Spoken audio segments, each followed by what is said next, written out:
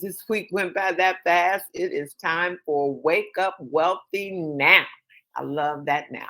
And it's going to be brought to you by our president, our acting CFO, our evangelist, our inspirer, our state senator here in Illinois, and my friend, a mentor, and my business partner. Are you out there? I Patricia, am out here. Can you Patricia Van hear me? Pelt. Yes, I can. All right. Thank you so much, Phyllis Nash. We thank God again for Phyllis Nash. I say this every Thursday because it needs to be shouted out every day from the mountaintops. Because hardly do you have a person that will dedicate their life to help you get to a higher level in life, to achieve something you've never achieved. And that's what Phyllis Nash life is all about. And she's proved it over and over again because even in the storm, she comes out with the same answer that she went in the storm with. And that is that, she believes in us. She believes that we are supposed to prosper and that we should hit the highest heights of life, and that she's going to be there to help birth that thing in us. It's a scripture in the Bible that says, this one king, he said, he called for the prophet. He said, go get the prophet, send for him, because this is a time of trouble.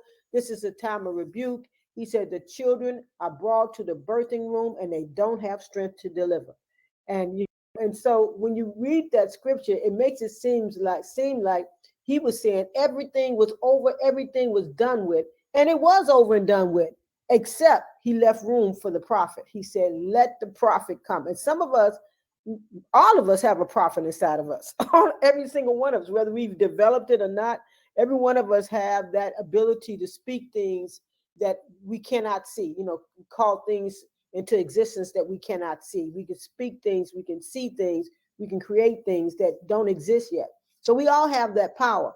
And so when Hezekiah was sending that message to the prophet, he was like, send me some words because I need some words right now because we're at the birthing room and we don't have strength to deliver.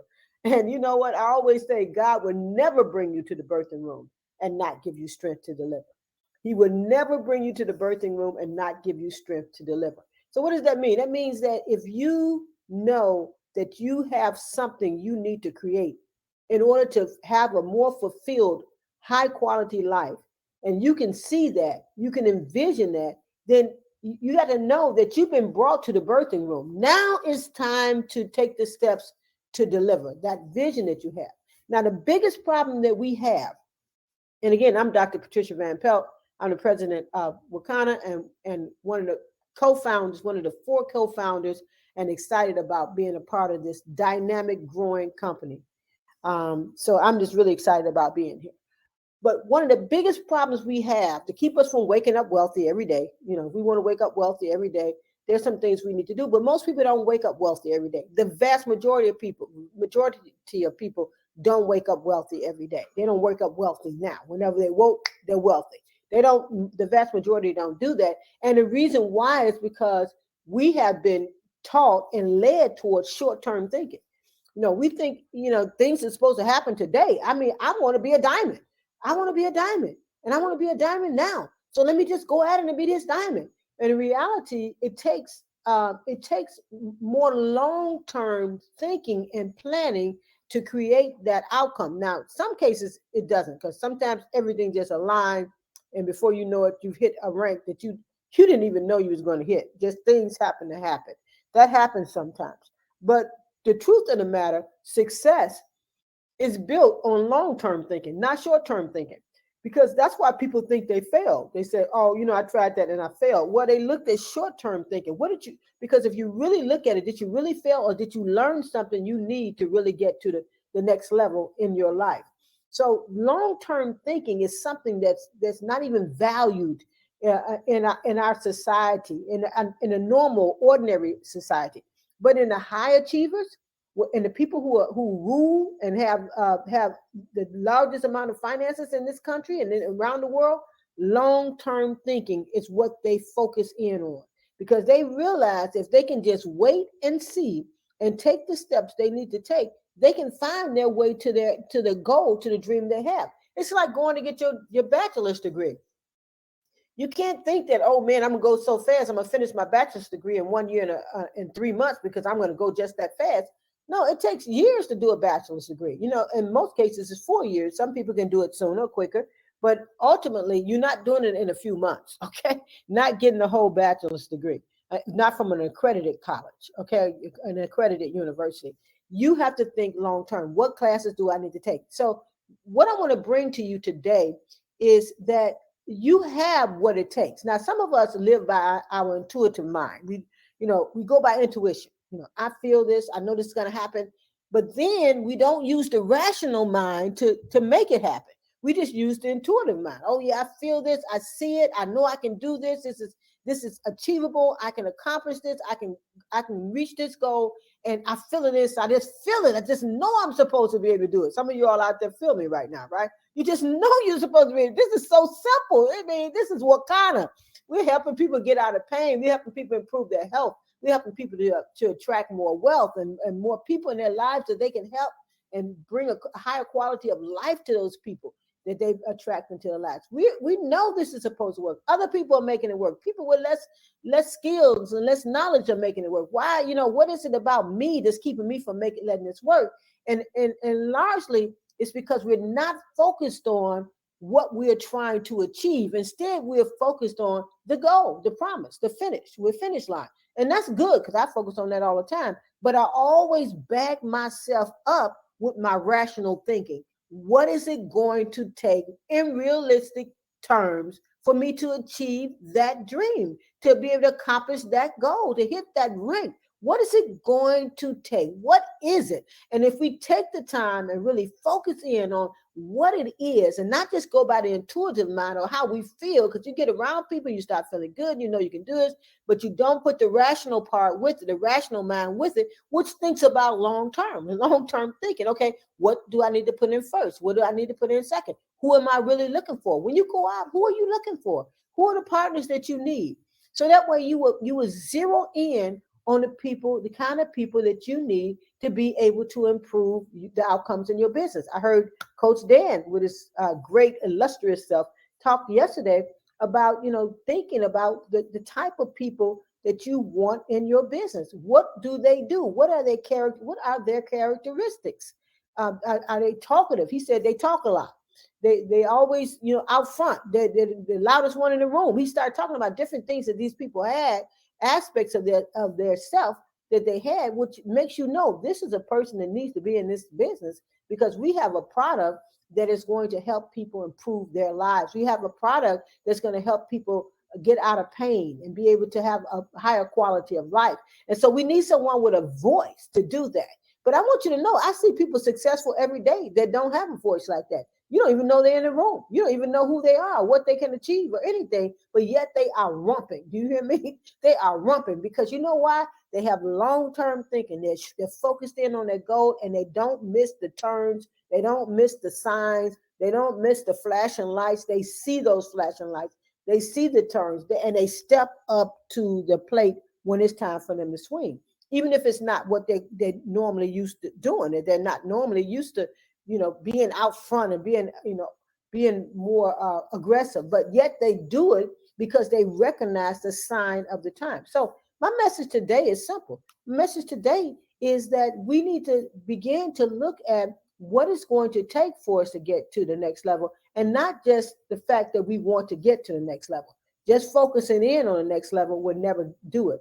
When I sat down and I decided I was going to go diamond, then, or platinum, or wherever I decided I'm going to go, then I have to sit down and think about how am I going to do that, right? Can't just go by, I've done it before, I feel the anointing and all that. I have to sit down and I have to think about what it's going to take.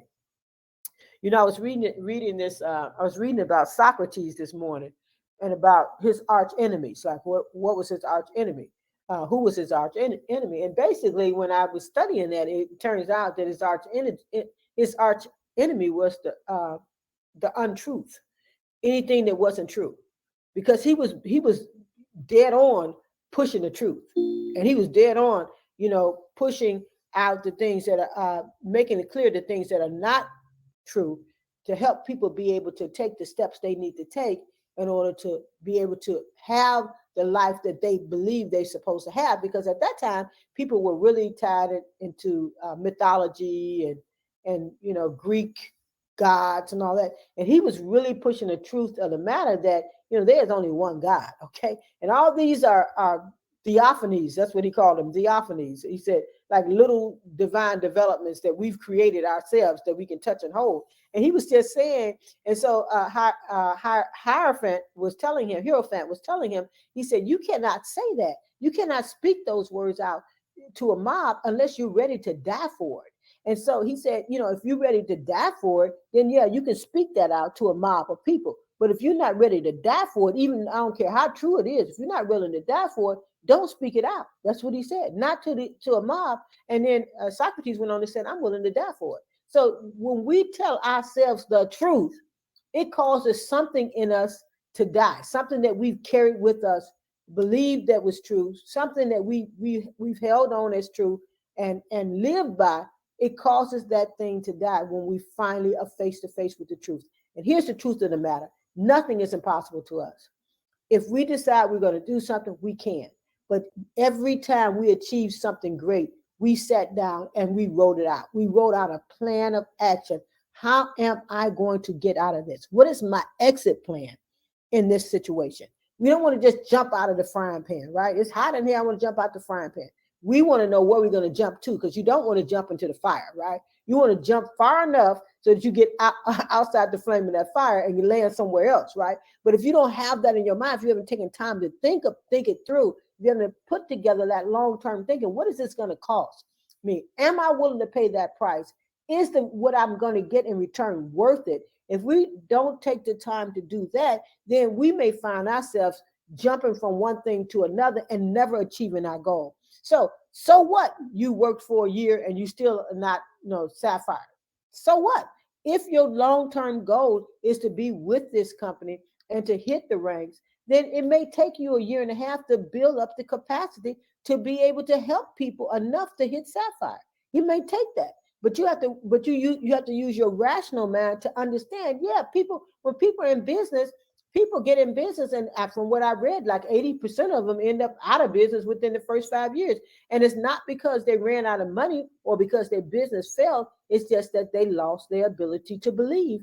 In many cases, lost their ability to believe that their business could work. I read something recently that said that the majority of businesses that go out of companies that go out of business, it's not because they ran out of money. It's because they ran out of hope. They ran out of that dream. They walked away from their belief. So they no longer believed that this could work. So therefore, they left the business prematurely. And that's why we have so many companies that shut down. They change in the middle of the water, they change directions. In the middle of the river, they go back in the other direction. We don't want that to happen to us. So let's use our intuitive mind to inspire ourselves, to let us know what's possible. But let's use our rational mind to build out a plan of action that's going to get us to that goal that we want to hit. Now, if you want to hit, become bronze or gold or have a gold dispensary, then today is the what is it, about the 6th of January, 5th of January. Today is the 5th of January. Then you might say, I want to hit that in February. So right now I'm going to start building up a good customer base, because in February I want to pull the trigger and pull this thing off, right? But you can't, if you wake up on January 21st and they're like, oh my God, I don't even have 3 customers and I wanted to hit bronze this month. I wanted to hit gold this month, gold dispensary. And you wake up on January 21st and then you got 10 days. Well, you got all this anxiety and this struggle and all this pain upon you that you don't even need, right? If you take the time and think about, what is it going to take for me to reach my dream? What is it going to take for me to reach my goal? If you take the time and use your rational mind for that, your intuitive mind to inspire you to take the steps you need to take, but your rational mind to plan it out, then you can find good success. Because when you've come face to face with the truth, it's going to cost you something, right? So it's time for you to speak, because what? The door has opened. The lights are on. The mic is open. You can get up. You need to speak. You got to let something die out in you in order to be able to take that step, right? Because the truth of the matter is the opportunity is always here. but you have to kill out something. That killing out something is that fear, is that doubt, is that unbelief, that stuff that come on the other side of when you see your vision in front of you, your promise in front of you, those things that cause you to moonwalk away from that promise, moonwalk away from that level, that goal that you set for yourself. That is what you have to kill out in order to be able to step to that plate and speak on that microphone and let it ring. All right. Well, I'm Dr. Patricia Van Pelt Scott, and I am always going to be inspiring you to rise to purpose because that's why we're here in the first place. So I want you to have a wonderful, wonderful, what kind of day. Bye now.